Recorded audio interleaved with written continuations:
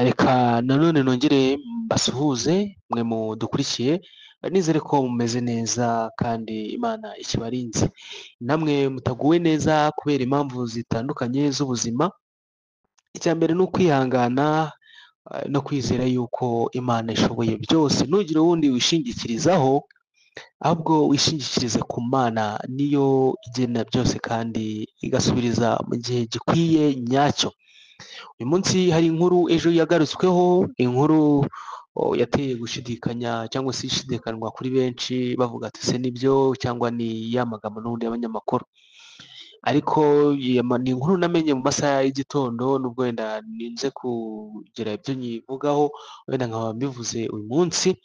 Ariko icyo turi bumenye, nk'uko mwajya mubisoma n'ubundi mu binyamakuru bitandukanye cyangwa se n'abatarabisoma, ni mama uyu nguyu akaba n'ubundi inkuru ye yuko atakiri ku isi y'abazima, akaba yaramenyekanye ku itariki ya 21, ubwo ni ku munsi w'ejo hashize, ku itariki ya 21 z'ukwezi kwa kane muri uyu mwaka w'ibihumbi 2025. Akaba n'ubundi yaraguye iwe nyuma yo kuva mu bitaro iwe n'ubundi muri ako gace kitwa Casasanta, n'ubundi muri Vatikani nk'ibisanzwe, kuko aribyo byicaro n'ubundi by'abanyacyubahiro. Ni ukuvuga ngo umuvugizi we yatangaje yuko mu by'ukuri uyu Papa Francis ko yari umuntu wari wariyeguriye nyine gukorera Kiliziya Gatulika ndetse no gukorera Imana. Ni mu magambo nyine yagarutsweho ku rukuta nyine rwa Vatican News. Rero aya ni amakuru ababaje ku bagatulika muri rusange, cyangwa se abasenga n'ubundi kuri uyu munsi wo ku cyumweru. Icyo twakora ni ukubihanganisha kandi bagasoma cyane, bakamenya yuko kwizera umuntu ntacyo bimaze, icy'ingenzi ari ugukorera Imana. Icyo ngicyo wenda nibwo butumwa umuntu yagenera ababizera b'abagatulika cyangwa se abakristo, wenda inani ko babita ina muri Uganda.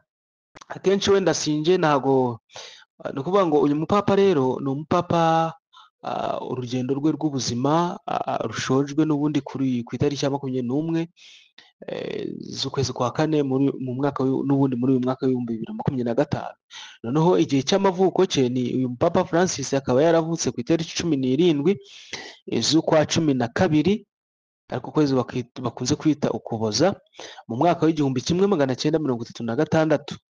Ni ukuvuga ngo uyu nguyu umupapa rero yari amaze imyaka 12 ku butegetsi bw'ubupapa, kandi akaba yaragiye n'ubundi yarafashe ubutegetsi cyangwa se yaratangiye kuyobora cyangwa se yaratangiye kwitwa papa mu mwaka w'2013.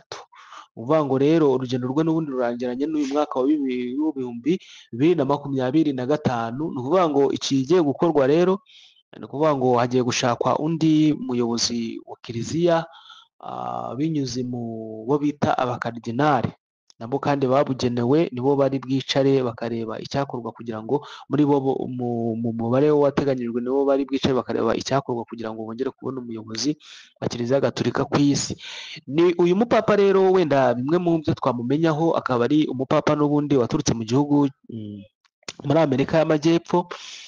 Akaba ari nawe mupapa wa mbere wari ugiye ku butegetsi ari umujesuwiti. Akaba ari no mu bindi wenda bidasanzwe byamuranze uyu mupapa, akaba ari nawe wasinye itegeko ry'uko aba bana badahuje ibitsina bagomba kubana byemewe n'amategeko. Mbese no muri Kiliziya Gatulika naho bakabasezeranya, mwagiye mubyumva ndetse muranabibona ndetse byaranakozwe, ibyo ntabwo ndi bubitindeho. Ni ukuvuga ngo rero mu myaka 88 niyo yaragejeje.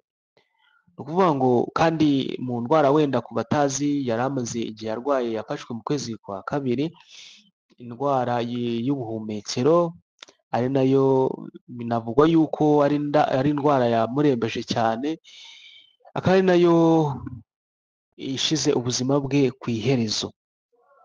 Ni ukuvuga ngo wenda indi nkuru idasanzwe ku bari mu gihugu cy'u Rwanda, uyu Karidinale Kambanda nawe akaba ari mu bakandida bagomba kwiyamamariza uyu mwanya byemewe